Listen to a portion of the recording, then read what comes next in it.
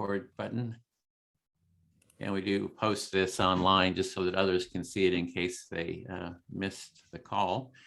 So yeah, welcome. I'm Edwin Rutch, Director of the Center for Building a Culture of Empathy, and I'm located here in the San Francisco Bay Area. I've been working for about the past 14 years on the topic of empathy and how do we create a more empathic world and society.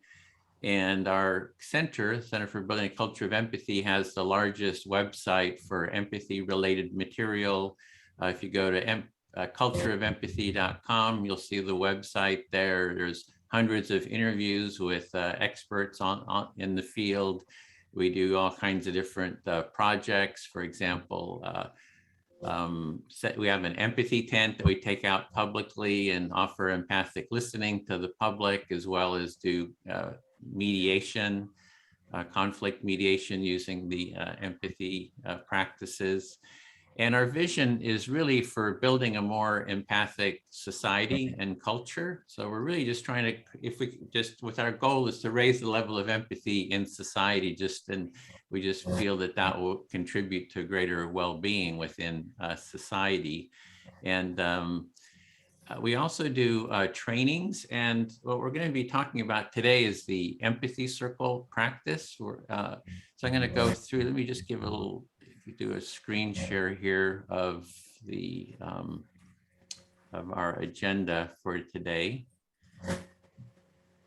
So we're going to be going for 2 hours. We're starting with the welcome, which is what I'm doing right now. If it's a small group, we do participant introductions, but since it's a little bit bigger, we'll skip that and do it at the end. We'll be sharing about the training, giving an overview of the training. We'll have some time for Q&A, and then we'll review a short video, 6-minute video on how to take part in an empathy circle, and then we'll actually do some practice.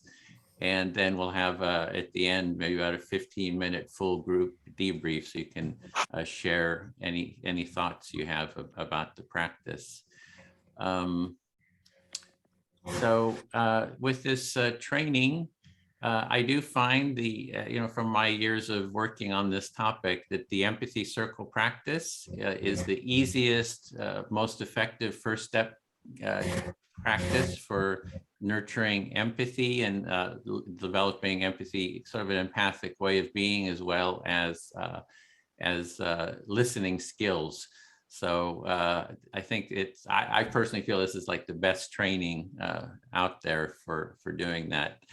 So we're going to go next to, let's see, actually, I think we're actually, this is about the cutoff in terms of doing introductions is about 15. So maybe we will just go around quickly and just everyone introduce yourself. And we will do introductions. Perhaps Celine, would you lead those? And I'll just put the question in. And the question is intros, 30 seconds, your name, location. Why are you interested in the Empathy Circle, Empathy Circles and the facilitator training? And Celine will call on everyone. Okay, I'll go across my screen, and I have, and you'll please forgive me when I mispronounce your name. I want to ask Padla, MS. Would you be willing to tell us your name, your location, why you're here briefly? Sure. Thank you. Thank you for this opportunity. This is Mehboob here. I am from India. I have been to Empathy Circle earlier, almost around a few months back. And I have come here to connect more to my team, connect more to my family, empathetic way. So it really helped me. So I came back here now to learn more, be a trainer, and contribute back to the world. Okay. Thank you very much. Thank you. And Jody, would you be willing to give us a brief intro of who you are, why you're here? Yes, so I am in the Bay Area also, and I'm a librarian at the Burlingame Public Library, and we're interested in using empathy circles for doing some training for our staff, but also to bring it to our patrons in the library. Wonderful, thank you. Kevin, would you be willing to go next, please? Hi, everyone. My name is Kevin Nguyen, pronouns he, him, his. I am currently located in LA, Los Angeles. I am in the second year of my MSW program at UCLA. And so with pursuing a career in mental health, I think Empathy Circle is just very valuable to help people be seen, heard, and listened. And at least for me, this is helping me develop more tools under my belt to facilitate these kind of conversations, mental health conversations as well too. Thank you. Thank you very much.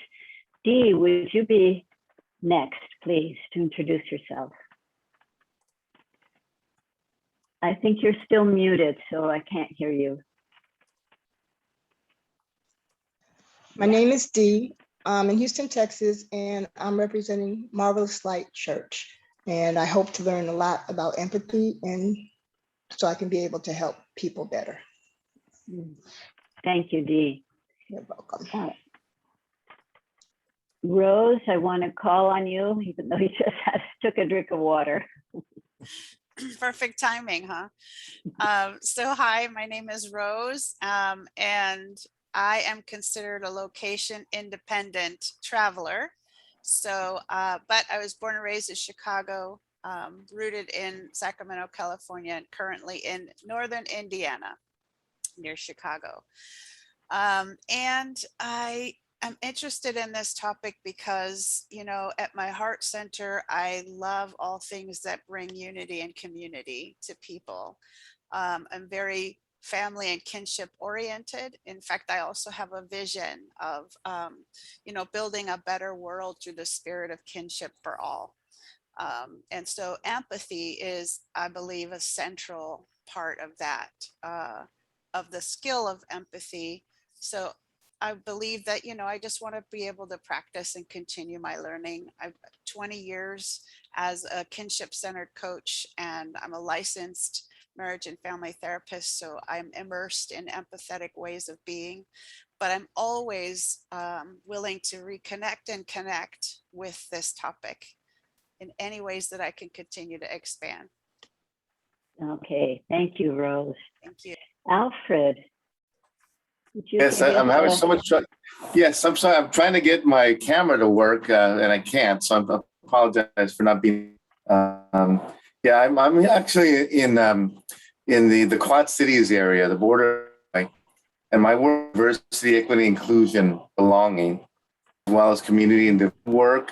What's been coming up over the last year and a half with pandemic and civil unrest and protest is empathy fatigue. Racial fatigue, and wellness, self-care, and also courageous conversations, people trying to learn how to actually have these difficult conversations.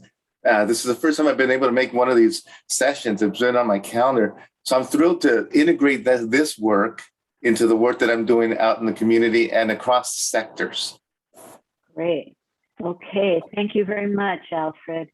Recording. And I have Kanksha. Thank you. Will you introduce yourself?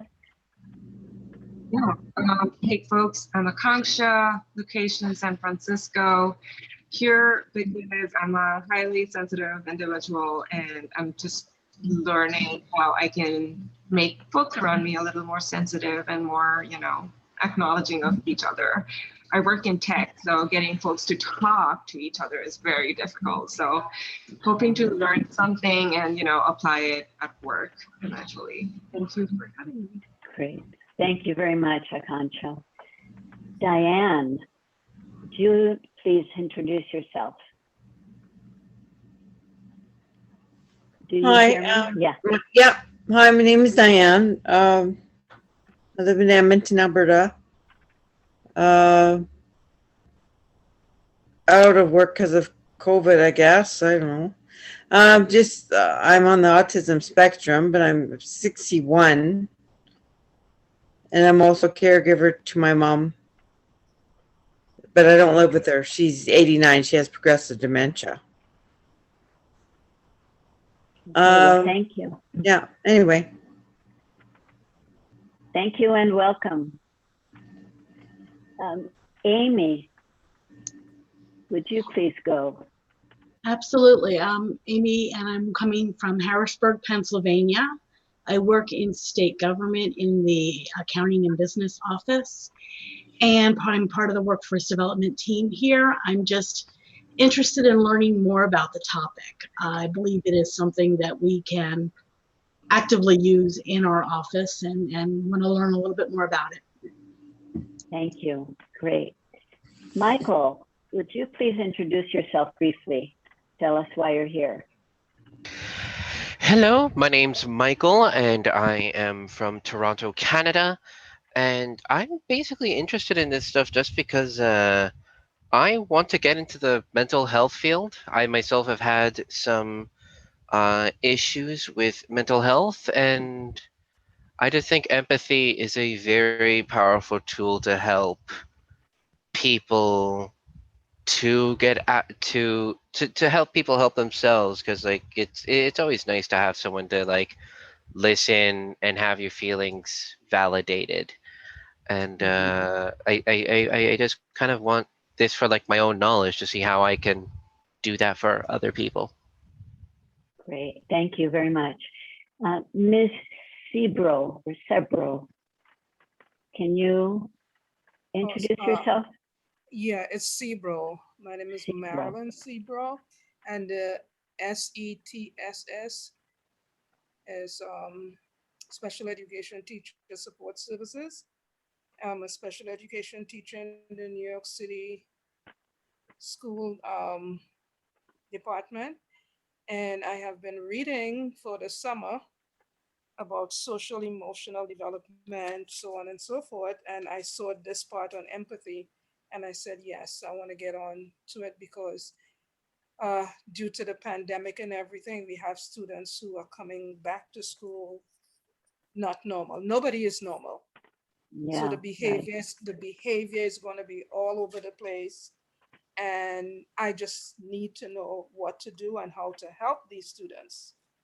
Right now I'm reading the book, How to Raise, oh my gosh, I had it on this morning, Emotional Developmental Students and Measuring EQ.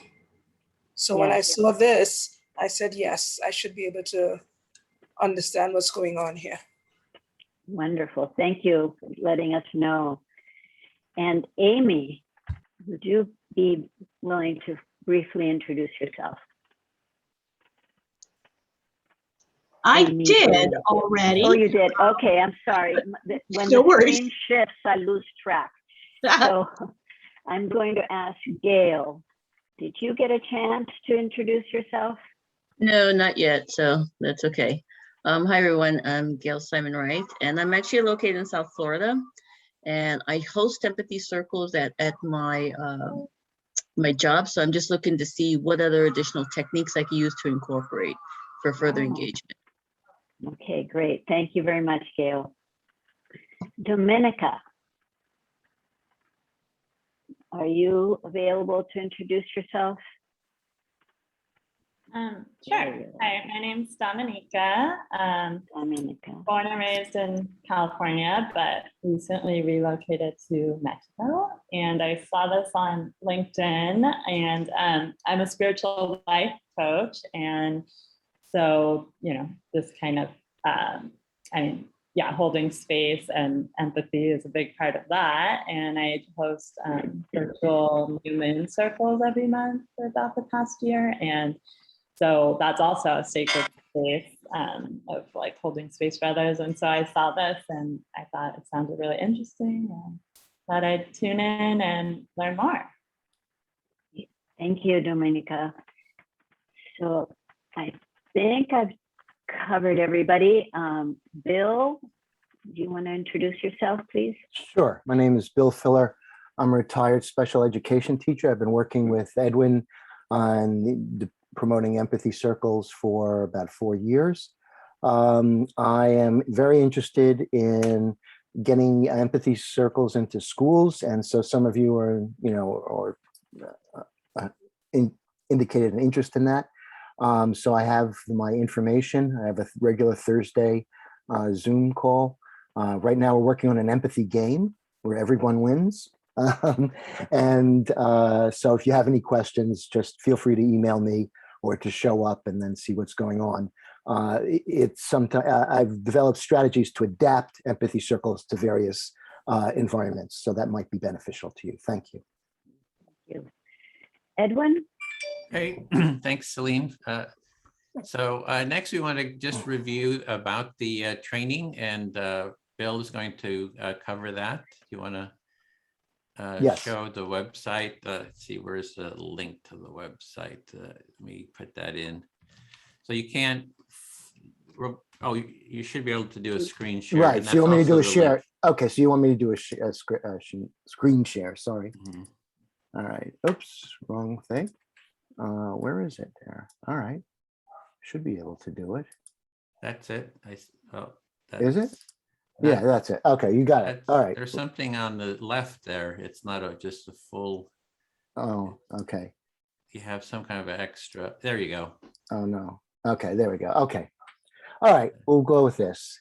Okay, so just a few things about the empathy. This is Edwin provided the link to this page, and this is a good place to get started and kind of take a look and get resources. So a couple of things about the empathy training is that it's open source. So you can use it, hold their own circles. You can use, study, change, distribute, build on it. Just give credit and link back to this training website. And again, hopefully you can find co-facilitators, developers, or things like that. We really encourage collaborative work. There's no cost to take part.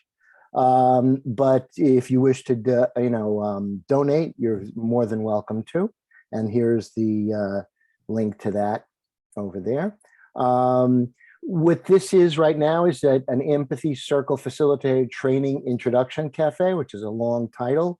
So this gives you an experience of being in an empathy circle to understand, because we do feel it's very important that this is experiential. There's a lot of talking about empathy, but this gives you, I believe, an experience of it, and let you be the judge of it after your first cafe, or you participate in a circle. There's if you want to become a facilitator, there's a 2 empathy circle prerequisite, just so that you're familiar with the basics before you start. And and this is one of your circles, so it's not a very onerous prerequisite. We are very serious about the time commitment. Everyone here who does the training volunteers their time, and so we all have been available, and the time commitment consists of 5 sessions of 2.5 hours each. Right now they're occurring on Mondays or Saturdays, with sometimes we have cafes like this, so check that out, sign up, and then just make sure that you can attend, because we have to do a lot of splitting things up and things like that. And so if people don't show up, that really throws us off. So thank you in advance for that. The training path. Each cohort we have is an ongoing effort, and you can take the training as many times as you want. It's sort of like a basic training, and then we try to adapt it for people to go at their own pace. So some people have taken 3, 4, 5 times. Some people have gone through, much more quickly if they want to become a trainee and then a trainer of this. So as a trainer, you would learn how to present the training and, for other people. So in short, here are some signups for the cohort 12 series or the 13. And you can see that right there. Okay.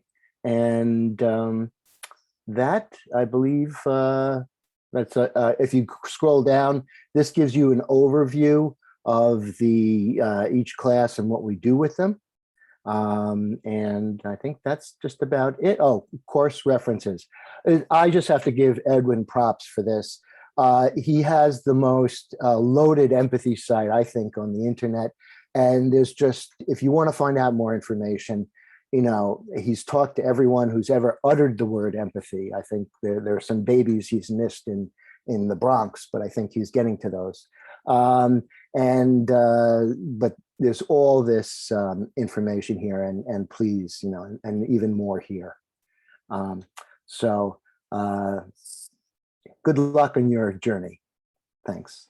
Did I miss anything there, Edwin, that you'd like I think to say? you got it. That's Okay.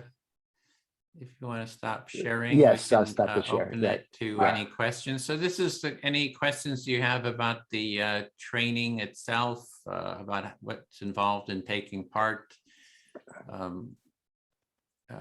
Yeah, so kind of open it up. Maybe get a show of hand. Who wants to take the training? Just getting a sense. If you just hit hands up. Yeah.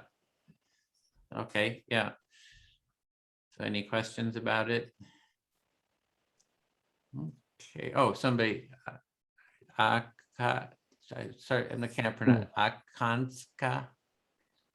Oh, sorry. I was just like raising my hands because my Oh, video that you isn't were, because right, you're working. just that you want to take the training. Great. Okay, Yeah. excellent. Yeah. Lowering it now. And Gail, is that you have a question, or are you just raising your hand for that you want to take part in the training?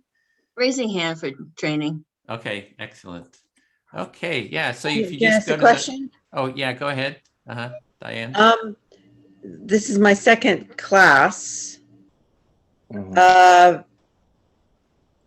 I don't know if I'm supposed to be here because I took an empathy class before. So this is my second class. And I don't know about the training part. How do I find out what's in the training? Or if can I pick my classes I want to take? Yeah, And there's, right. Yeah, so I just put the link into that's the website that Bill was reviewing. So that's all about the training to become a facilitator. And one of the prerequisites is that you take part in 2 empathy circles. So this counts as 1, and then you took another one. So once you've done today, you've sort of met the prerequisite for taking part in the training. And then you can also hold empathy circles on your own. The instructions are there, so you can either join us in some empathy circles, you know, to meet the requirements, or just go hold some yourself with family, friends, colleagues. So LinkedIn, so I find the information on LinkedIn, or? Are you able to see the chat window? If you click on at the bottom, there's a chat button, and then it opens a window on the right, and I put in the website link to the course. You can also go to empathycircle.com, and that will lead you to the training as well. Empathycircle.com is kind of an easier website. So if you go there, there's the link to the training, facilitator training, and then that'll give you all the instructions for how to take part, how to sign up. There's a sign up page and application. Yeah, Bill? Yeah, just Diane asked whether she could, if she wants to take it, could she pick and choose which classes she wants to take? And so the answer to that is no. We want you to take the full course, and there's a reason for that. We have buddy calls. It's set up for you to go through the whole training. So these, you can come to the cafes, you know, as you can. But if you decide to commit to the course, we really hope that you commit to the full time. That's all. Which is 5 sessions. So we just ask you to commit to the full 5 sessions. And we do have right now we're holding those on Mondays, and on one cohort happens on Mondays and the other one happens on Saturdays. So you would join one of those cohorts and stick with it. So this empathy cafe now, I could take this as many times as I want. Absolutely, yeah. Come as often as you want. The more, the better. The more more experience. Yeah, we love seeing you here. So, anything else? Okay, then. Sorry, just a question. Yeah. Sure. Question, because you said there was like you said there's the main course. I understand the prerequisites. If you come. Go to all of them, of course, that's easier on everybody that's involved. Is there some sort of like certification at the end of all of that, or? We don't have like a formal certification. It's just, you can just say that you've taken the training. You know, we don't have like a certificate or anything like that. So maybe that's something we should, you know, we can always create just a certificate or something. It says that you've taken it in case you're wanting it, for your school or job or something like that. Yeah, or at the very least to like because what you guys do is important, and that empathy is important, and that it should definitely be like more people should be interested, and probably a way to have that happen is that like if at the end of it there is some sort of like shareable certificate or something, and then people will put that on their resumes, and that gives you more buzz probably. Yeah, especially since a lot of people are coming from LinkedIn, which is very business oriented. So yeah, maybe that's something we should. We were working with a group called Pandemic Professors, and they created their own certification, for anyone that took part, because it was for students who were mentoring, for college students mentoring high school students. So they really want, the students want, some kind of certification. So we can always supply that, a little certificate. Okay, thank you. Excellent questions, yeah. Okay, then next we want to show how to take part in an empathy circle. So this is just a 6-minute video, the steps, and then we'll actually do some practice for the rest of the time. So this is the steps. This is sort of the minimal introduction to how to take part. On the website is a 9-minute how-to, and then a 24-minute. And there's some other PDFs that show how to take part in an empathy circle. But I'll just review this to begin with. For building a culture of empathy, I'd like to welcome you to this short presentation on how to take part in a basic empathy circle. So next, let's look at the step-by-step how to take part. An empathy circle starts with 2 to 7 participants. Here on the screen, we have 4 participants, which I find is an ideal number. There are 4 basic roles, and the roles rotate among the participants as the empathy circle unfolds. 1, the speaker, is the first person to speak. 2 is active listener who actively listens to the speaker. There's the silent listeners, they quietly observe and witness. And the facilitator who organizes, schedules, and hosts the circle. They also do the timekeeping, and they have some experience with the process and help keep participants in the process. However, everyone has the responsibility to hold the process and the practice. So to begin with, the facilitator will start the empathy circle. They welcome the participants.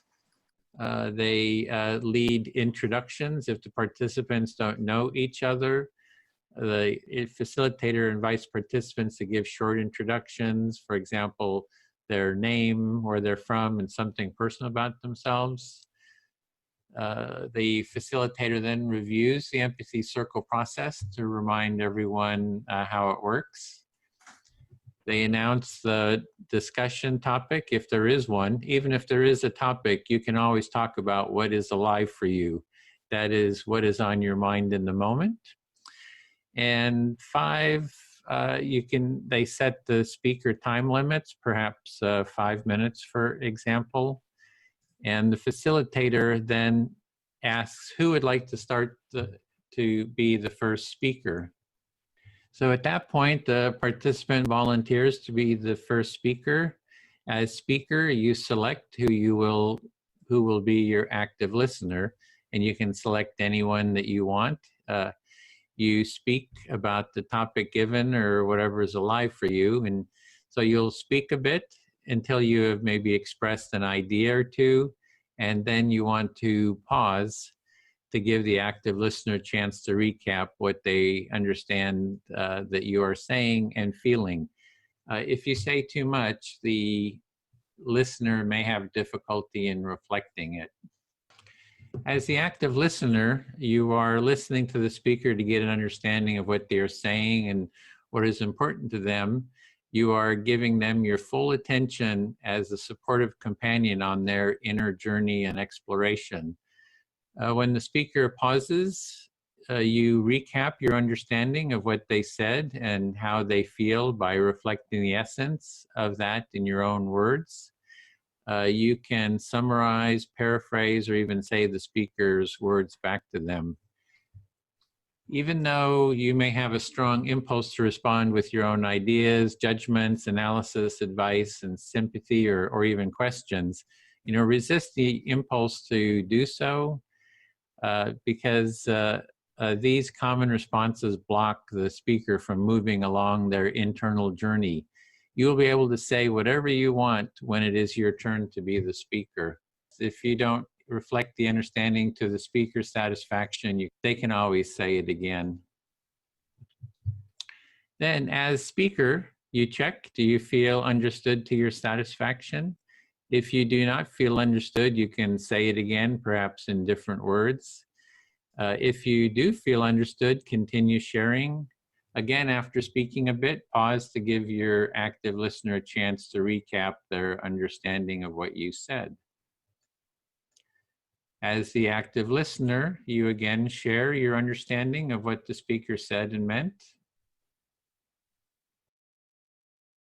The cycle of speaking and reflecting continues until you, as the speaker, do not have anything else you'd like to say, or until you get a signal from the timekeeper. If you get a signal from the timekeeper, then finish up what you're saying in a sentence or two. After you get a final reflection, you can end your turn by saying something like, I feel fully heard, or something like that to indicate you are done with your speaking turn. At that point, the roles then rotate. The active listener becomes the speaker. The person they select becomes the new active listener. For everyone having equal time, it is good to select someone that hasn't spoken lately, but it is your choice. The others in the circle become the silent listeners. This process of taking turns in speaking and active listening continues for whatever time is allotted for the empathy circle. And this was just a very short introduction. The best way to learn the practice is taking part and doing it. There is more in-depth material on taking part in an empathy circle and facilitating one at empathycircle.com. Thank you for listening. Okay, so that's the basic introduction, how to take part. And empathy is very much like exercise. I use the analogy. With exercise, you can read books about exercise. You can have people tell you about how important the exercise. You can say, I want to do exercise, but you have to do it. You have to actually get out there and physically, move your body. And empathy is very similar to that. Is you just reading about it, listening to lectures, it has a minimal benefit, but the real benefits come from the practice of it. And so the empathy circle is very much about the doing and the practicing of it, as well as is the training. We do a lot of hands-on practice in the training. So we're going to do 3 breakout rooms. Celine will facilitate one, Bill the other, and I will facilitate one. And we'll go for about an hour to actually practice. And then we'll come back in about an hour and we'll just do a little debrief on how the experience was for you and everyone else. And I just create some rooms, and there are some people in the wait room, but we won't let them in since it's disruptive when you come late. So are you okay with that, Celine and Bill? Is that facilitating? You're good? Celine, you okay with that? Facilitating? Yes. Okay, yes, great. yes. Looking forward to it. Okay. And the question, yes, what our topic for today is, let me put that into the chat to everyone in the meeting. So our topic is, why are you interested in empathy circles, and taking the training? or whatever's alive for you. So you can always talk about what's on your mind in the moment you have a lot of energy for. And since it's a shorter circle, we'll just go for 4-minute turns, and the facilitators will have a little time markers there. So here we go, and I'll see you in an hour. And there'll be one group will stay here with me.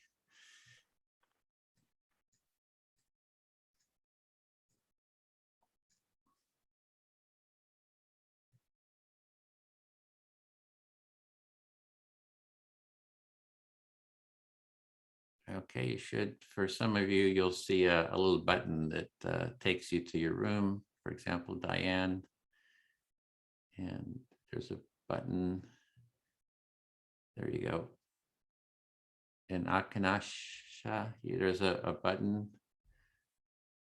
Yeah, there we go. Okay, so what we'll do here is, let's see, we have, there's, I'll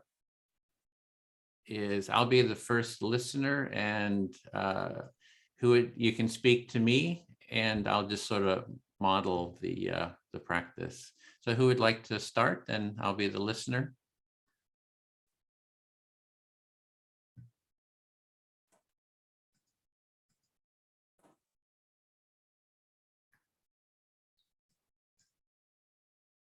And would it be utilizing those last slides then? Because I missed some of the steps. I mean, I have. Yeah, it's the question. I put the question into the chat. That. And the question is, why you're interested in empathy circles, or yes. taking? That's it. Okay. All right. Well, I'll listening. Okay, great. You got 4 minutes. Okay. Why are you interested? Hi, Edwin. How are you? So I'll just listen, and I'll be reflecting back what I'm hearing you say. I'm going to answer the question. Yeah, you just speak for 4 minutes, and I'm just going to reflect back my understanding, and you just want to pause periodically. Okay. That's why I was hesitant to begin with. I thought I had to do the leading. Great. Okay. So I'm very interested in the empathy circles because in my work in diversity, equity, inclusion, and belonging, it's an invaluable tool that I'm just at the beginning stages of learning and acquiring. There are many difficult conversations that need to occur, and people need to know how to do that. There's also empathy fatigue and racial fatigue. So how can we just get at the root of that and bring that to a more positive outcome? Okay, if you pause here, I'll reflect back. So I understand you're doing diversity training, equity training, and there's you're thinking of using empathy is important for that, but there's also sort of a fatigue that's been happening, and it sounds like you're wanting to address that fatigue. Yes, that's exactly it. Is there more? You still have 3 minutes. Yeah, well, I think there's so many people. I think there's also a tension in the environment, in the environments I work nationally and even globally. So I'm also looking at how to diffuse conflict as well, and give people a comfort level in doing this work, that we can get at some simple ways to do this. So you're saying with the work that you're doing, that a lot of conflict comes up, and you'd like to find some tools for how to address that conflict. Yes. Yeah, and I think also just a deeper understanding that people have some tools to have a deeper understanding and appreciation for each other, that look at the humanity of the individual. So I'm hearing that you would like to find some tools that support people in seeing each other's humanity. Yes. I think that would be, and I want to be a facilitator to do this work. It's hard work. It's there's starts and fits and starts, and that's why I want to be a facilitator. I want to be able to bring this to people. Yeah, so you like to learn to be a facilitator because it's hard work. There's sort of, it goes in fits and starts, and so you see, I guess you're seeing some benefits for it, and that's why you'd like to be a facilitator. And ultimately, the last thing is that they can teach them so that they can teach others. Mm-hmm. So you're appreciating the part where you teach people so they can start teaching other and sort of spread it like that. Yeah. Yes, a ripple effect. Okay, so when you feel, you can to say your turn is over, you can just say, I feel fully heard, and that indicates that you're done with your turn. I feel triple time fully. Triple heard. Okay, cool. Then I'll speak to Jody, if I may. I hit the timer. Yeah, the empathy circle practice that we're just starting here, you know, to begin with, it can feel a little awkward if you're not familiar with it, a little anxiety producing, but you'll sort of settle into it over time. So I just want to kind of give that that heads up. Yeah, so I'm hearing you say that that you're kind of letting us know that it can be that doing this process can give you anxiety or feel awkward, and so that's you're giving like that's what you want to share. Yeah, exactly.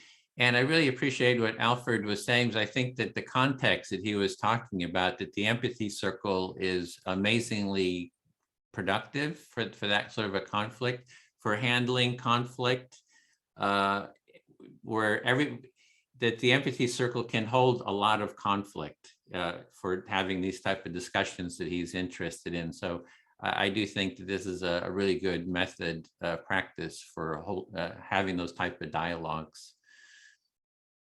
So you're sharing that you're referencing what Alfred had said before, and really like kind of supporting his idea that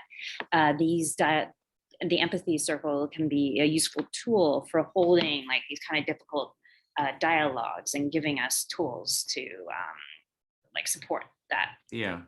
And at first you want to sort of ease into it is, you know, maybe start with topics that aren't super challenging. Like, you know, what are some real successes you've had in your day? You know, some topics that so a space so you don't go right into heavy topics, but that you start on a positive topic, or something like how do we bridge the political social divides, you know, something kind of more positive, so that everyone learns sort of the practice and sort of develops trust before jumping into, you know, more challenging topics. Yeah, I'm hearing you say that it's a good idea to start with like easier topics, or maybe something more positive, so that we can ease ourselves into this experience before people can get used to the pattern of it, before we can then jump into more difficult topics. Exactly. And then in terms of conflict, we've taken our empathy tent here in Berkeley. When the political right comes to Berkeley, and then Antifa and the left come and counter demonstrate, and they're having knockdown, drag out fights with each other, we set up the empathy tent and listen to both sides and try to bring the sides together to listen to each other. So there's a documentary, Trump Phobia, What Both Sides Fear. And if you look that up on YouTube, you can see some of the work that we've done in that context. And so I'm hearing now that you're giving an example of how you can take this even further into very difficult situations, like such as when you set up an empathy tent, I guess, in Berkeley, when the Antifa and the right were coming and trying to listen to both sides of the story, and also we gave the example of the of a documentary, the Trump Phobia, to see how that works. Yeah, that's it. I feel fully heard. Thank you, Jody. Okay. So I'll ask. I guess I do it next, right? Right. And You I'll select ask, someone. Okay, I'll ask Dee if that's okay to be my listener. As I was saying when we did our introductions, I'm a librarian, and so we came across this. One of my coworkers had experience with it, but we've also just been thinking about the whole idea of healing and listening for our own staff, but also to bring it to patrons. And we thought an empathy circle would be a useful tool. Okay, if I understand you correctly, you wanted to do this because you want to bring healing You want people to listen to each other, and you're hoping to share it first with the staff at the library and then with the patrons in the library. Yes, and we felt like after this past year has been, like, for everybody, it's been a very difficult situation. And also we wanted to, every year we do a training where we help team building and staff development. And we thought this year we really needed it because we had been divided. Our library had been closed to the public, but we also had like so much work still to do. And also our teams were very divided because we had cohorts. So we thought this would be a useful tool to have conversations to bring us together. Okay. You guys wanted to get this together because you guys had, not you guys, but everybody had a really bad year last year. And you wanted to use this to kind of facilitate training and team building. And also we just have been talking about doing it as a program in the library, because one of the things I love about my job is that part of, I feel our role as librarians is part of the community and bringing this kind of listening, just even when I'm on my, like doing a reference desk shift, sometimes people just want to talk to somebody. And that's one of our big jobs, is not just finding people books, but actually giving people support and empathy. Okay. This is a program that you want to put into place so that your patrons and y'all will feel part of a community. You want to set up a program for this, and you want to give people help in what they need, not just books, but in other things that they need help with as well. Yes, and it kind of permeates beyond a specific program, but just in how we are as people in our community, like how we interact. And so that's why I also thought it was interesting when I reached out to Edwin, as he also brought in that people use it with family too. So I think this is like, I love the idea of us perpetuating the culture of empathy throughout our community. Excuse me. Okay. You thought this would be helpful so that we could learn how to interact, not only with our patrons or our staff, but also with our family, and try to show them about this circle of empathy so that they will be able to carry it on. Yes. So I feel heard. Thank you, Dee. Okay. I guess I'll pick Alfred. Okay. My pastor asked me to come to this session so I could learn about the Empathy Circle and bring it back to our church. So we would have a program to work through some of our conflicts. Mm-hmm. So I hear you saying that that you're here because pastor says would like you to bring this concept to the circle. Yes. I'm sorry, the circle to the church. Yes. And I'm also guessing that he thought very highly of you to be the one to bring it back. I don't know about that, but okay. Let's see what else. I think it would be good too for us to maybe try to use this with some of the people who come to visit us that maybe need help. They don't really understand about God and what's going on, in the Bible. So I think if we could bring them into a circle with other people like them, they won't feel so ostracized because they don't know it and everybody else does. Mm-hmm.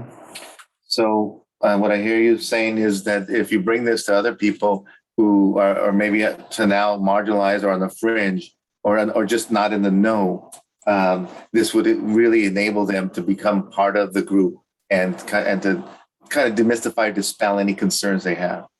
That's excellent. Yes, and I'm done.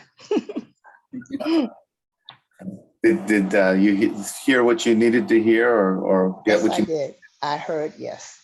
Okay, great. Thank you. Uh-huh. So you select someone now, Alfred. We just keep going for the next 45 minutes. Maybe Kevin, who hasn't listened yet.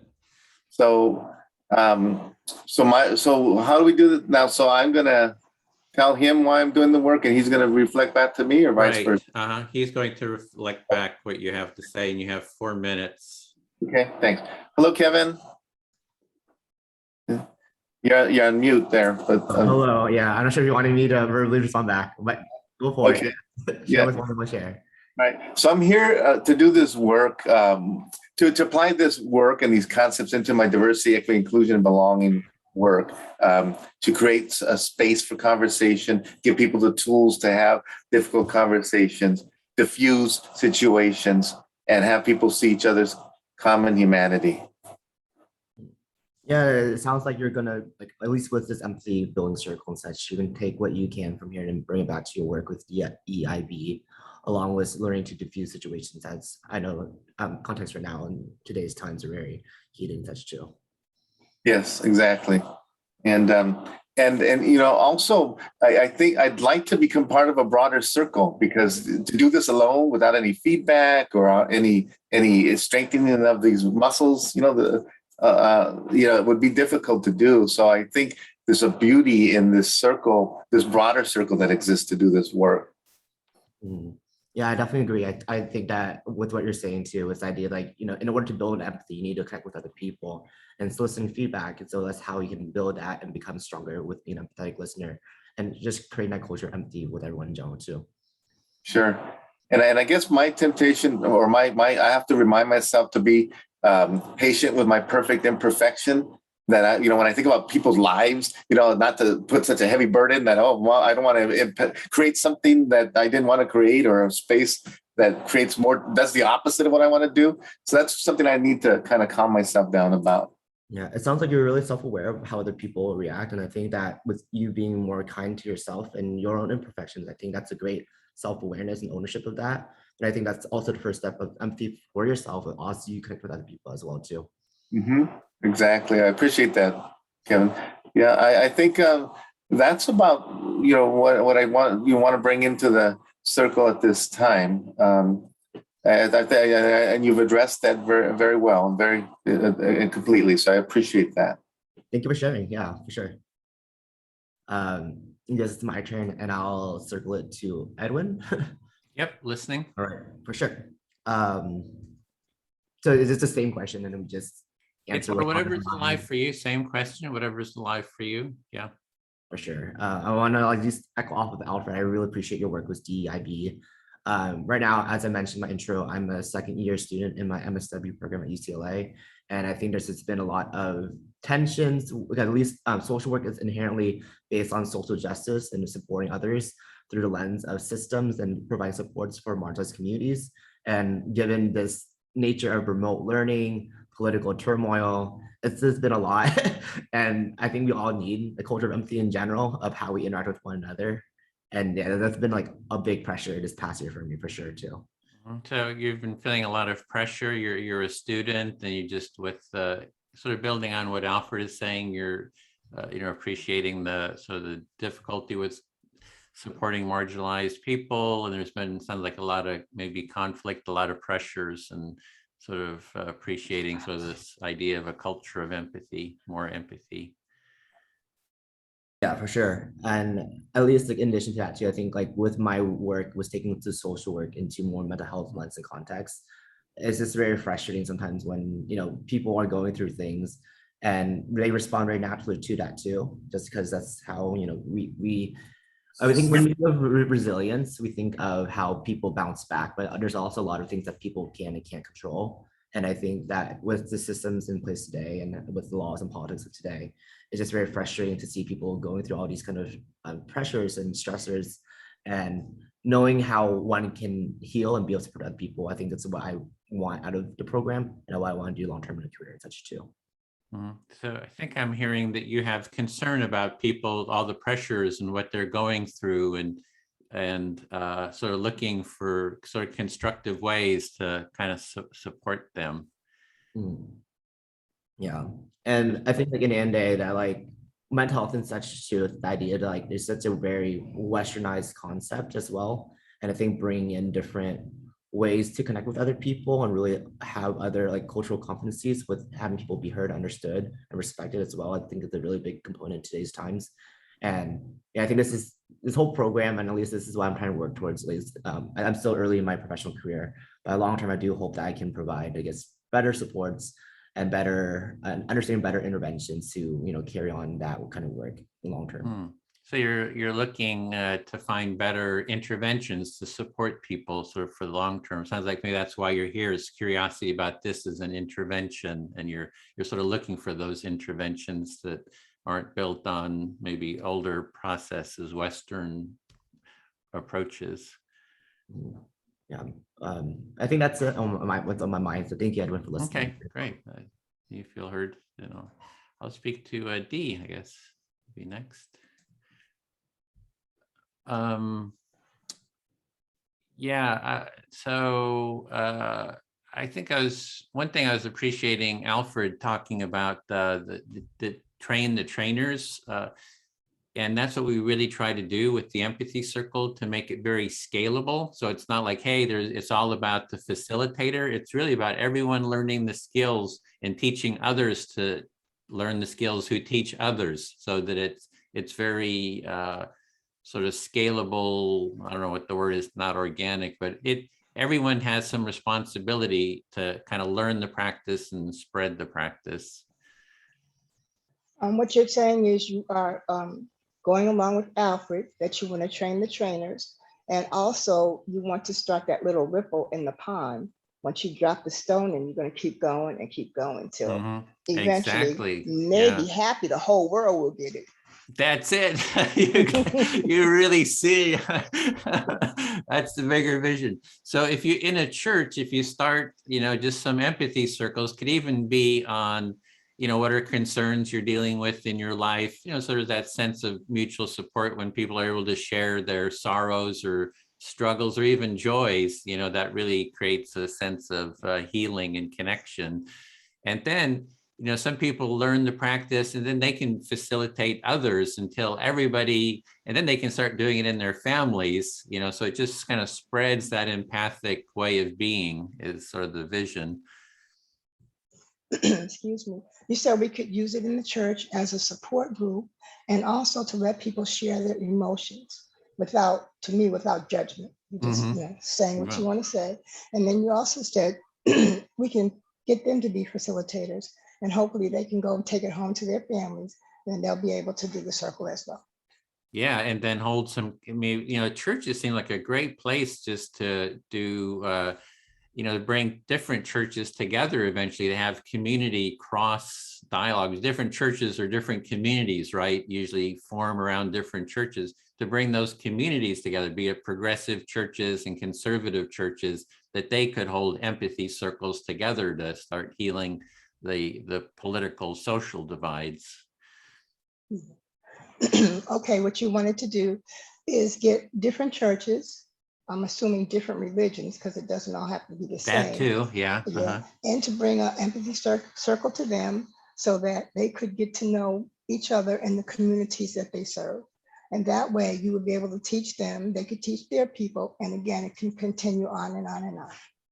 Yeah, and then I'm also thinking about Kevin and about social work. Somebody else had mentioned social work, that there is some work on empathy in the social work field out of the University of Arizona, and they've written a lot of material about how to bring empathy into the social work. Because that's just, it seems like social workers should be about teaching empathy, right? Like social workers, like, hey, I'm not just here to feel sorry for you and kind of help you. It's about, I'm going to teach you some skills that you can use in your family to have more, constructive family dialogues. And I think that those constructive dialogues of people just listening and hearing each other is what just leads to people having a foundation for more constructive life, building a more constructive life. And we all need that. Okay. You said you were going to go on with Kevin, and someone else said about social worker, and you think that social workers should have an empathy circle. They should be part of one. They should know how to conduct one, because that way they can help the person not only by listening to what they say, but also teaching that person how to do the circle as well. And that way, hopefully, it'll stop confusion and stuff in the family. Yeah, I feel deeply heard. Thank you. Oh, well, let's see. I will pick Jody. Okay. I am really liking this. It's helping me to understand exactly what an empathy circle is. And I am really going to look forward to teaching that to our church members. Well, I'm hearing you say that you're really getting to understand what an empathy circle is, and that you are now looking forward to teaching that to your other members.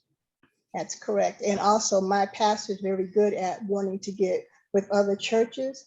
So that would be a really good thing for us to do. So we can have, because sometimes it's different churches in the neighborhood. If we can get all that together and make one big community and learn about empathy circles there, that would be really great. Yeah, I mean, you referenced kind of like what everybody else has been bringing in is like you could then bring together other churches using this, the technique of the empathy circle and teaching them as well. I feel fully heard. Good. I will speak to Kevin. Sure. Okay. So yeah, and one thing I was thinking about when you were speaking, Kevin, is that one of the things that we've been trying to do in our library is thinking about different ways that we can help because certain patrons can absorb a lot of the energy in our library. And so we have been looking for different tools we can use and to try to, because traditionally the people have, one tool we have had is to call the police if there's some kind of issue where somebody is having. And one of the things that we have been trying to figure out is how can we use other tools such as social workers or other community members. And I mean, I think empathy and empathy circles and the techniques we're learning in this, I think help us first, de-escalate what we're talking about, not having conflict, but also thinking about how we can all to develop a community where we have different tools such as this or each other. Mm. Yeah, it sounds like at least let me make sure I'm reflecting back to you. I'm listening correctly. But at least you're mentioning how patrons can absorb energy from the library, and that sometimes an instinct that they have is to call the police when something happens. And at least was reflecting on my role as social work, and at least the roles of social workers in general. If there could be more alternatives that people can turn to nowadays, we instinctively calling the police because they can be very harmful to other communities, as we are now being more aware of what's going on and what's today's politics, such too. Yeah, I mean, that's part of it, but also as my role, for instance, I'm like the reference librarian, so I will often be the person in charge. So if something is going on, like we have, because the library is often one of the only safe indoor spaces that people have to go to. And so people can, there can be people with mental health issues or people without homes who come and use the library, and there can be conflict. So we traditionally, if there have been some kind of conflict and we can't diffuse it, we've had to call the police. And one of the things is to give ourselves more tools such as empathy circle or like dialogue, that tools we're learning in this dialogue, or like how can we have other resources in the community such as social workers to call. Now, it sounds like you were mentioning too, just adding on from your previous conversation, that at least within your role and context, with overlooking the library, and also wanting to make sure that the library is a safe space for all people coming to, because you do get all kinds of people, which then sometimes can cause conflict amongst people with the perceived judgments that people have sometimes. So at least with getting more skills like empathy circles and such too, you would hope that would generate a better community and a healthier dialogue amongst people, along with trying to find other resources such as social workers, but other things too that people can utilize and such as well. Yeah, and I guess overall, I love the idea of how we're all talking about is like, I think of this as like building muscles of how we can communicate. So it doesn't always, it's great when we can have this kind of formal setting of an empathy circle, but to bring these active listening skills just into our regular life. So when I interact with people, and I can perpetuate that kind of active listening and be a better member of the community. And it sounds like with gaining the skills from the empathy circle, you were mentioning how you utilize the skill for yourself too. This could also have a lot of personal takeaways with applying that to you and your as a member in the community, as you as a member like within family roles and such too. So hopefully it's a holistic takeaway from this whole program that it could just better you as a whole. Yes, thank you. I felt heard, Kevin. Thank you. Thank you. I will pick on Alfred now that you're back. Yeah, I guess I've been ruminating more on it's what Edwin has shared. That's what everyone has been sharing because now we're like talking about social work, and I've been thinking about it more and more consciously and such too. I guess the one thing that's been on my mind right now is the idea of like in what ways could empathy circles not work, whether it be with certain individuals that may be very shy or introverted that don't really like to talk. So I'm like very curious that my mind's running on the idea like how would one engage with those who don't talk a lot or like to share a lot or like to socialize a lot, because we seem like a very open bunch that wants to change the community. So I think this makes the process easier. Wondering about other personalities that may not be as like us and how that would look like as well. What I hear you bringing up is an important concern, and the compassion you're showing for those who want to do the work but are naturally introverted and aren't used to or might fear coming into a circle to express themselves. Yeah, and I'm also thinking about like people of different cultures who may not, I guess, be so open about their feelings about themselves and how effective that would be in those kind of communities of culture, such as well too. Because I know like in other roles, it's like I know within my own family, there's power dynamics. It's a very patriarchal power dynamic because we're a collectivist kind of value. It'll be kind of like father takes up lower household, mom is the second in charge, and at least me as a child, I can't talk back to my parents. That'd be disrespectful. So I'm kind of wondering also with like how certain social norms or cultural norms are in place, how effective even with empathy circles would be, and like how like if that would be possible to even establish that like ground rule that people can agree on to enter this kind of space. That's a huge issue. What I hear you bring up is a huge issue, the issue of power and hierarchy, and in family too. You know, you have the male, female, even sometimes the number one son or daughter, boy or girl. So much going on there, and also what I hear you speaking to is power in general, the dynamics for all those multicultural groups and what their experiences have been and what to look for. Yeah. And then I'm also reflecting further, at least I do believe that this is effective in working through maybe implicit bias.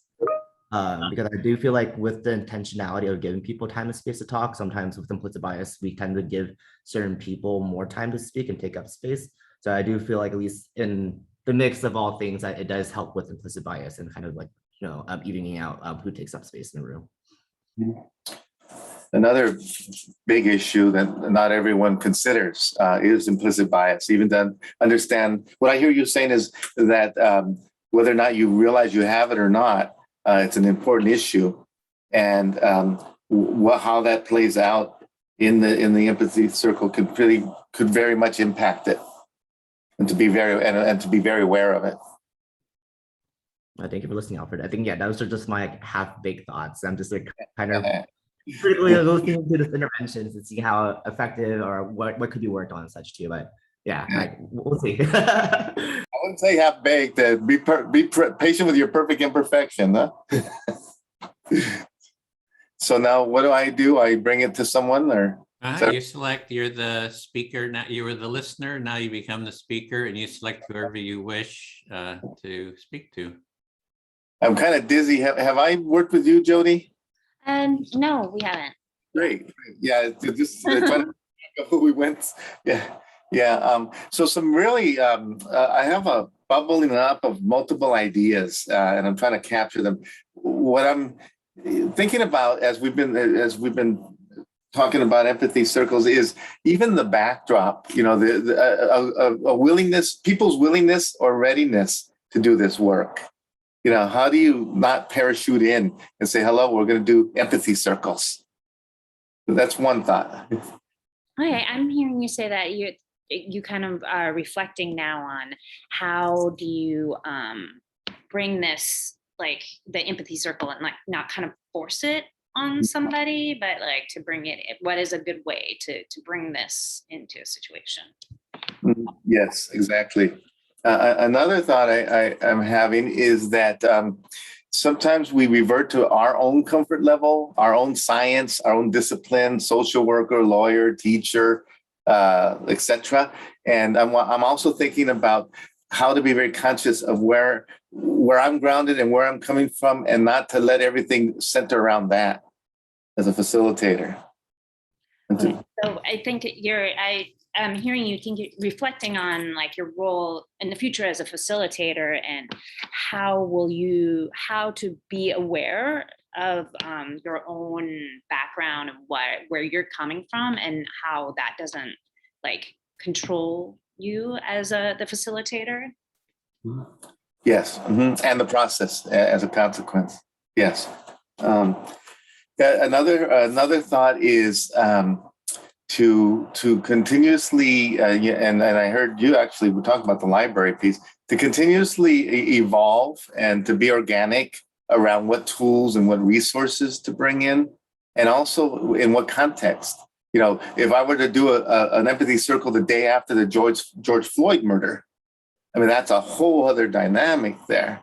And so that's what I was thinking about, the different tools to bring in, resources to constantly be organic and to be timely and do it in context. Okay, I'm hearing you say, and I think this is you reflecting on going forward and facilitating its empathy circles, is always to be kind of aware of like what tools, like even empathy circles as a tool, but like what can you do to like keep on evolving this practice, but also always like to keep aware of like what is the context right now, the timeliness, like what are the events surrounding, so when you come into these circles you can be aware of that. Yes, and then just as I heard you recount back to me, I'm also thinking about the feedback loop.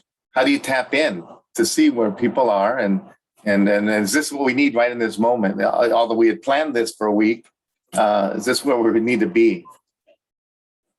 Okay, I'm hearing you say is like, and even in that moment, you're like realizing that, like, how do you, what can be a way to, like, as you said, feedback loop, like to be aware of like what would work for right now, and how do you kind of read the mood of like what is like what is needed? Yes, exactly. And the last thing is, even as I've gone through these loops today in this room, there's fighting the temptation to prescribe or to solve or to answer the not so much rhetorical question or issue, to just be in that listening mode as we do those work. Yeah, and so you're becoming aware of how are telling me that you are noticing how it can be hard to like not prescribe or try to fix the situation, but to just be reflective when you're listening during these like cycles. Exactly, and to give back what I heard for better understanding, as we're doing together now. Okay, yeah, and so you wanted to like thinking about how do you do it to show understanding and not, as you were saying, solve the problem. Yes, exactly. I thank you, Jody. Okay, and now I guess I don't think I've had Edwin listen to me, I think. Listening? Yeah. Okay. Yeah. So I think this is, I really enjoy that we're like from a diversity of backgrounds, because I think it helps to give, like yours, like Ford was saying, is like to be aware of what we come in bringing to these things. And I thought it was also interesting from a discussion I had with Edwin originally, was one of the things I enjoyed was he was talking about, I mean, it seemed pertinent to what I do, is like using like a book club and using like a book you're reading, and this is a way to discuss it, because I think an experiences we like have often in the library is like somebody, I mean, well, probably all of us have experienced it, is like where somebody dominates, but also other people like what Kevin was saying, some people don't necessarily talk. And so I look at this as a way where you can like apply this to having discussions where, again, maybe you use the tool of a book or something else to foment everybody being involved in the conversation. Yeah, so I'm hearing that you're seeing the empathy circle as a way to have a discussion where everyone's involved, because in some kind of discussions, somebody will dominate, and you see that, a person can't really dominate easily here in an empathy circle. And it sounds like you're thinking of different approaches, like book clubs or something, how to maybe apply it.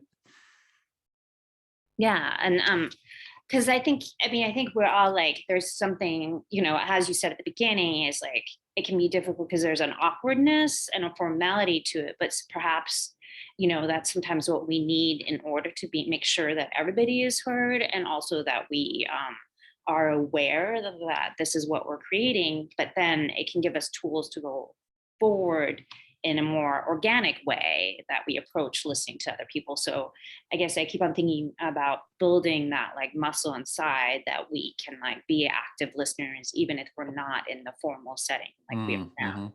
Yeah, so you're addressing the structured nature of what we're doing. It can feel sort of formal and structured, and then it can kind of move into the more organic, kind of less structured sort of format. So you're kind of looking at that dynamic. Yeah, I mean, and I think as we were talking, I think Dee was bringing this up with her, with the church, is just like all these different ways, we're hopefully perpetuating this, this empathy or like right now, like at our library, we're doing like a month of kindness, but I think about that all the time when I'm like working, is like, I feel like we can sometimes be somebody's only interaction for the day. Maybe they don't talk to anybody else, or they don't have anything. And even those little moments of listening to someone actively, it makes, I think, a difference, because, that they can be heard then. So I'm hearing you're wanting to contribute to people who maybe they don't have any social interaction. This, just a few minutes here or there where they're having some sense of connection and being heard, that kind of to send that energy sort of out. Yeah. So I guess, yeah, I feel heard. Thank you. Okay, great. Then Kevin, I don't think I've spoken to you. Start the clock. Yeah, I made some notes here. One was about people being shy. I find that the empathy circle, like once people come in, who are sort of the quiet sort of type, that the empathy circle can be sort of like it primes the pump, because you speak to them and they have to reflect back what you're saying. And that sort of gets them into the mode of engaging. And my brother is like the shyest, most introverted person I know in the world, and this has really helped him to start engaging in dialogue more. Yeah, it sounds like you're saying that, at least from your personal experiences and from your brother's experiences, like with shy people, that this is able to at least get them in a practice and I guess lifting of talking more, and at least as they talk, they are just more comfortable with talking because of that I guess grounded structure of how we do these kind of circles such too. Yeah. And it's sort of what Jody's mentioning too, is somebody will dominate the conversation, people sort of withdraw. And it's harder to dominate. You can't really easily dominate the empathy circle. So it sort of brings out, it's really good for introverts because they can kind of come into the space and there's space for them, and they don't have to compete for attention, because you've got your attention is sort of guaranteed, and you will be equally heard to your satisfaction. So I think it kind of helps address those type of some addresses that shyness and that competition for space issues. Yeah, at least like just to reflect back on you were saying, is the idea that at least because this is a kind of a shared space that everyone takes their turn and they speak to their contentness and such too, at least that they are able to give a say and not feel like they don't have a say at all. And at least that does help mitigate that kind of tensions that sometimes people might feel that people are dominating and therefore I can't speak. and people always often report back that, hey, I did the empathy circle and I took that sort of mindset out into my daily life. Like I was able to listen to people better, because I took that energy out. So that's another benefit, that it has that ripple effect during the rest of your, it's just like if we exercise here in the empathy circle, lifting our weights, we've got more strength, when we're out in doing our everyday life. So I think it's analogous to that. Yeah, it sounds like you were saying that it's like kind of like a muscle memory kind of thing, where you take this and you learn this from one space, but you're able to like kind of bring it back to other spaces that have that be a transferable skill of some sort, such too. And another, yeah, exactly. And another point is about people being open with their feelings. I find that doing the empathy circle, you're not forced. It's like you don't have to talk about your feelings, talk about whatever is alive for you. But as people develop trust with each other, it's like they go deeper. So over time, the feelings go deeper because people have that trust and they feel safer. It's like, oh, I know I'll be able to share something and I'll be heard. And that trust kind of allows people to share more deeply over time. Yeah, that makes sense. I think with what you're saying too, like even though like people may not be so outward with their emotions at the beginning, that at least like with this kind of practice, it does get the ball going and developing trust and developing that not just a trust, but also like a trust that like there will be non-judgment because we are practicing on that reflection. And as we feel that comfort level of seeing that we can speak freely, that will be reflected back to us in a non-judgmental way. And that would also be able to carry on to deeper conversations as people feel more comfortable in that space too. Exactly. Yeah, I feel fully heard. Thanks. Thank you. I will pick on D. I believe I haven't spoken to you yet.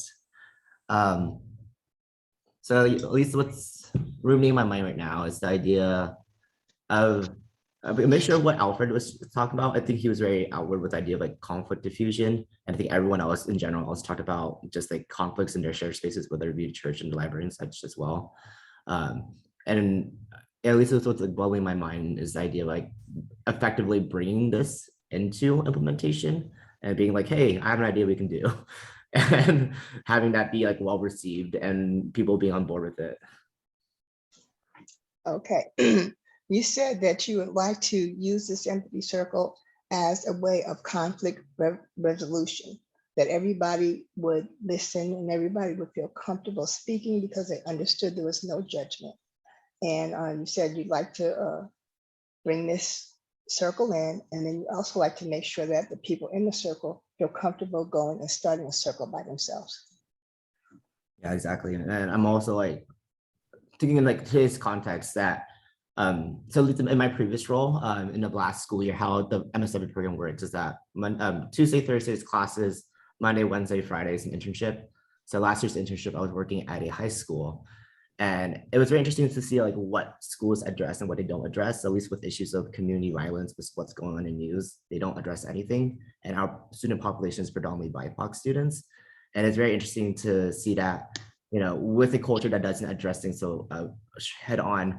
And even with the empty circle too, we're talking about the idea of like, sometimes we need to be more conscientious of what's going on because that might affect how people are entering a space as well. So yeah, all these things are going on my mind. Sorry, it doesn't make like, fully sense. Feel free to ask me to clarify. That's okay. We're all learning today. So you said that you were interning at a high school and you wanted to try to use the empathy circle to cover topics that they don't necessarily cover, and to try to kind of bring a little peace into the school. Yeah, I think that captures it in a very nice way. Yeah, at least for me, I've been advocating for more, like, for me, I was framing them as like racial healing circles, just to kind of break that silence, just to kind of acknowledge that this is what's going on. People are hurt. And if we don't create that space for people to talk about what they're feeling, it would be, great to have that intentionality, have that space dedicated for it. But yeah, I think I'm also thinking about like what kind of like ground rules and expectations that we can set up before entering a space so that people can feel comfortable sharing within a space too. Okay. You said you wanted to use this for racial healing, to try to get everyone to know they can speak safely and understand that they each have an opinion, and to put it in a way that's not insulting to anyone else. And you said that would hopefully start helping with the healing. Yeah, and I think that like in general, all these systemic issues, racial issues, you know, they're always been ongoing. And at least the more I've been like, I feel like I'm young and I'm learning about all this kind of stuff more and more. But at least the more I talk to people seeing like this is the same stuff that happened 10 years ago, 20 years ago, etc. And it is a frustration, you know, and at least like when we see these events, sometimes we see them as an isolated event, but they're really like these repeating occurring events that kind of add on systemically and such too. That when people feel pain for one event, they feel pains for like many other things too. And it's just a frustration within communities, generations and such. So it's very upsetting, but also I'm wondering what is the progress to move forward nowadays too. Okay, excuse me. You said that you wanted to also address systemic problems, and you wanted to get people to talk and get them to know that sometimes we're repeating history. And so you wanted to use the empathy circle to do that, and to also have them try to become more responsible as to what's going on in the world. Okay, and that's time. Yeah, but thank you for listening, Dee. Appreciate it. No problem. I will pick, let's see, Alfred. Great. Okay. I've been listening in the circle, and it's really hard for me to, I'm trying to pay attention, but I'm also writing notes because it's hard for me to kind of remember what the person is saying. So even though I'm actively listening, I'm not sometimes exactly comprehending the whole process. So what I hear you saying is the challenge between being fully present and taking note for yourself, or even for the good of the group, to be able to reflect, and that's a challenge. Yes, it is. That's right. And I have been fully heard. Okay. Anything else you want to add? No, I've been fully heard. Oh, great. Thank you, Dee. Thank you, Alfred. And so I'll work with Edwin. Okay, listening. So one of the things that's coming up for me in the circle is empathy for what? You know, why are we meeting? You know, and putting together an empathy circle. Why are we meeting? And what do we hope to accomplish? And says who? Mm-hmm. So your one thing that's coming up for you is, you know, why are we meeting and for what? Sort of what's the intention and who's setting that intention? Yes, exactly. And the other is the challenge, addressing the challenge of a momentum or movement or change, and people being able to feel that they're part of a process that is going somewhere and is going somewhere at key points. So you're looking at that feeling that there's some kind of a direction and some kind of a movement towards something, and sort of how do you have that feeling and sense? Yeah, and for me and the participants, that they feel that as we go along. So you would like to have a feeling of that movement towards something, but also that everyone has a feeling of moving towards something.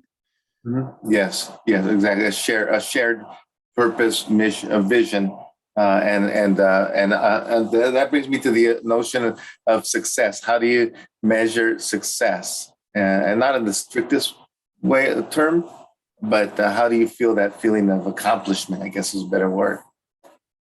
So you're really looking at how do you and I guess everyone have that feeling of success and accomplishment, and it's just you're sort of sitting with the question of how to do that. What is it? Yeah.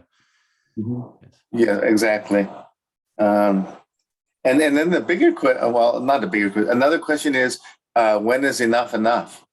Is there a life term to an empathy circle? Or that topic, or do you move on, or do tentacles start to take place where other people start going into different directions using this technology or these tools? Yeah. So is there an end? I guess when is enough enough, and when is there an end, or does it kind of have tentacles and reach out? So you have a lot of questions about sort of the dynamics and the direction. Yes, exactly. And this comes from someone fully coming into this from the beginning, this work. Mm-hmm. Yeah, and the question is coming from someone who's just, coming in, new into this work. So kind of having that new perspective. You're just sitting. Yes, exactly. Thank you, Edwin. I feel fully heard. Oh, okay, great. So I'm going to close the rooms. We had, I'll close the other ones. Hey, Bill.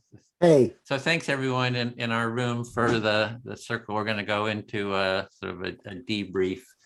It looked like a couple of people dropped out of your group, Bill. I saw you're just 3 of you there. Right. Yeah. One woman or one person didn't join. She dropped out before the circle, and Rose was in there for most of the time, but then had to. She had a client emergency, so left at the very end anyway. Okay, great. So we have about 30 seconds, and the other group will join us, and we'll have a bit of a debrief.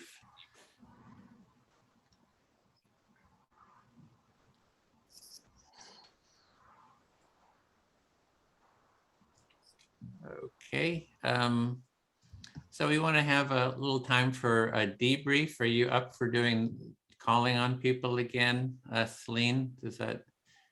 Sure. Up to a minute, I guess, and I'll put the question in here. So it was to share any learnings, insights from the Empathy Circle, or whatever was live for you. I think it should be there. Okay, and folks have 1 minute. I'm going to start with you, Dee. Would you be willing to tell us something an insight or learning? I picked up that it was very important not to be judgmental, and also to actively listen and to remember what that person is saying so you can repeat what they said back to them. Thank you, Dee. You're welcome. Jody, would you tell us something you've learned during this? I found it was really insightful because we all came out of this practice from different backgrounds and different needs. And so I think it also, reflects on how we approach it, and also how we, it was useful to see those different perspectives. So I could also go into it knowing that why I was going to do it was maybe a different reason than everybody else. And so it's always helpful to have that insight, I think. Thank you, Jody. Alfred, would you please share? There's intangibles, the feelings, emotions, sense of hope, light at the end of the tunnel that occurred from having this conversation, and knowing how empathy circles can be impactful, I think is what rose to the surface for me, as well as the flexibility and the universality of using this technique in given situations. Mm-hmm. Thank you. Thank you, Alfred. Kevin, would you share with us, please? I really appreciate that, as Jody mentioned, the idea that we all came from different backgrounds, and we all was able to take away something from that. And even though that we were trying to apply to our own background experiences, that was also applicable to other job positions, was working with DEIB, at a library, bringing it back to church. I think that was just a very insightful and informative, that kind of way in nature. And I think that in general, we also had a good discussion on how this could alleviate with some issues with power dynamics and making sure that space is shared evenly. And I think that's in general, building that cultural empathy within each other, but also having that as a transferable skill outwardly to other spaces that we are part of too, I think was very meaningful and insightful for me. Thank you, Kevin. Gail, will you please share with us? Sure. So I think it was a good refresher on, practicing active listening and making sure you're not just repeating, and remember to speak not as much as the speaker, and then also learn with feelings, and making sure that they felt like they were heard, not just saying what they said. Mm-hmm. Thank you, Gail. Diane, would you share with us something that you're taking away, please?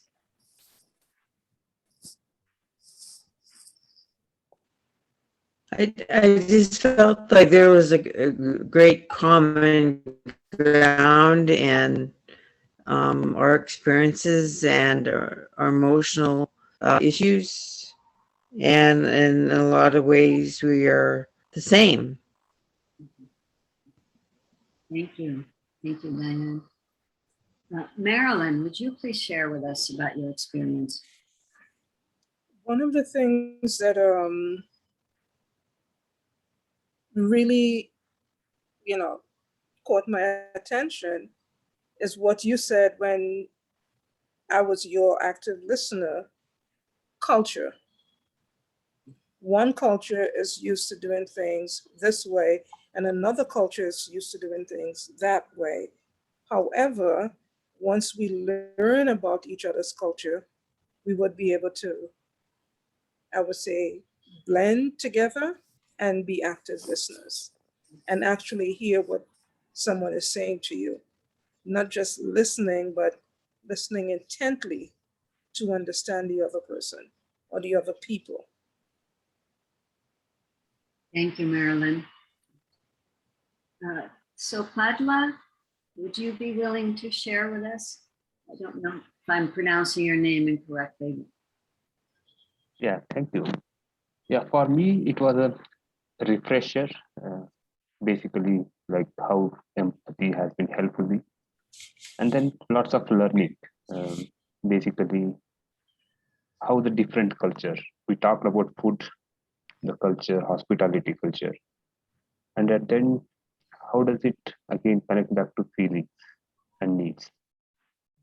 And also it was very inspiring how Bill brought up, some people just want to be just reflected. Some people want to get the connections with their actual needs. So that was really inspiring, and it's a good learning for me. Thank you, Padla. Dominica, would you share, please? Yeah, I saw when we came back to this main room that there was a topic, which I totally missed that. And that might have been helpful because I don't really know what to talk about. But anyway, next time. But yeah, I just think it was great to be reminded of the power of, like, saying things out loud and sharing things out loud and hearing it reflected back. So I really think that there's power in that and great use as well. Thank you. Michael, would you please share about your experience in Hello? Yes. Sorry, Michael, say again? your turn to share something about your experience, your insights, something you learned. It was good to be in this little empathy. So I've never done this before, so just to kind of just be in this was a good experience for me to see how the structure of this goes and just how it feels like to participate in that structure. And it was good. Thank you. Okay, thank you, Michael. So Bill, will you share a little bit, please? Sure. Well, I was struck by the community, the wonderful warmth. You couldn't have asked for a more diverse group than we had, and actually all of us in different cultures appreciated food, and I would say that would even go beyond our little group. I was really touched by what each person brought to the circle, and just reinforced that empathy and dialogue and community are the way forward. Thank you. Thank you, Bill. Edwin, and then I'll be last. Yeah, I really enjoyed our circle. It's we're exploring a lot about the nature of empathy and how it can be applied to all these different contexts, everything from a library to a church environment to social work. And people have a lot of questions, and so to be able to address those questions, I really enjoyed our circle. It's sort of the exploration of how we can apply this practice. So yeah, I want to thank my group for our circle for their participation. Thanks. Thank you, Edwin. Well, I loved our group also, and I think it was very diverse, and our lives, our interests, our concerns in some ways seem very different, and yet we did find common ground. I got to learn about different lives, whether it's a full moon ritual or an art circle that includes materials from Romania. It was very interesting, and I really appreciated everybody contributing their energy and attention and interest to the circle process. Thank you. Okay, thanks for that, Celine. So I'm going to put into the chat some next steps. Our next cohort training cohort starts Monday, September 20th. So we'll be doing 4 open empathy cafes on Mondays between now and then that's the next cohort starts. So I put the link in there on where you can sign up if you're able to join us on Mondays. Then also I put in a link for the training orientation. So feedback form. So there's a link there. You can add your name, your contact info. So that's just a way for us to stay in contact with you and get some feedback on how this introduction was for you. And so I'll just mention again that the Empathy Circle is a very sort of foundational practice. There's a lot of sort of empathy building practices out there. But I see that the Empathy Circle is sort of like a really good first step and foundation. So if you just keep building on this practice, first learning how to take part in a circle, then how to facilitate one, and then how to teach others to facilitate empathy circles. And then there's a lot of other practices you can go into to build on that. But this will give you a really good, solid foundation in how to foster more empathy and all the many benefits of empathy. So with that, I want to thank everyone for taking part. Do click on those links, and you can also save the chat. There's if you go down to the chat, there's 3 buttons, and you can click the save chat. So that'll save those links, so you can click on them and it'll open up. Those will open in a browser. And I don't know if there's any sort of questions before we close. Yeah, I have Dee? one. Mm-hmm. Now my thing said of training was today, the 23rd and 30th. Is it going to be same thing, or is it going to be something different? Next week, the next 4 weeks on Mondays, we have open intro cafes. And then the September 20th will be the session 1 of the training. Okay. Yeah. So it's the same thing. We're doing this intro for the next month. We'll be shifting from Fridays to Mondays for 4 weeks, and then we'll also be adding some Saturday ones in next month, I think it is. Okay, but it's going to be a repeat of this particular session. Yeah, it's a repeat here. Yeah, so Okay. you get to practice some more, and it gets a little repetitive, but it's good to just keep doing it, over and over again. You get better and better. Plus, you get to practice with different people, as you've noticed. That you get different type of reflection from each person. So you sort of grow and learn from everyone and how they reflect. So that's another benefit, that the more people you get to listen to and reflect to and get reflections from each person, you kind of learn a little something from how they do it, and it'll deepen your skills. Okay, I have a question. Go ahead. Yes. Oh gosh, that phone. Yes, the next session you said is going to be Monday, September 20th. Is this the training and what time? It's the training starts September 20th. 20th, yes. And that is the 5-session training. And that is, What again, time this is that? time it's 10 a.m. Pacific, the same time that we started today. And would it be possible that I can take that on a Saturday, because I start back to school September 13th? We probably won't start the Saturday cohort. We'll probably start around November 20th. So, Okay. So that will be, that's cohort 12B, I think it is. So yeah, so that's Because Saturday. my time is not going to be convenient. I would be teaching a class. Yeah, so Saturdays is for people who have a work schedule. It's more convenient. Okay. Yeah. Edwin, so if we were to block it off, it's Monday, September 20th starts for 5 sessions at 10 a.m. And it goes for how long? Is it enough? 2.5 hours. Okay. And that'll be for every Monday after. Every Monday for 5 weeks. Yeah. Okay. Thank you. Yeah. Any other question? How about the November training? Is that start 10 a.m. Pacific time too? Same time as today. on a Saturday though, But eh? on a Saturday, exactly. And again, 2.5 hours. All the trainings are the same, 5 sessions.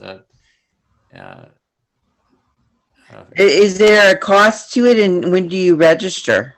There's a link. You go to the website that we put in there. You click through, and there's a sign up page and an application, and there's no cost. It's by donation. So if you'd like to donate afterwards, that's up to you. And it's our trainers are trying to sort of spread the practice. That's why we try to make it as accessible as possible. Thank you. If there's no more questions, then we'd like to end with our jazz hands goodbye, and we'll see you next time. So thank you so much for taking part. It was a real pleasure to have you all to talk to and empathize with. See you next time. Thank you. Bye-bye. Thank you. Thank you, everybody. Bye.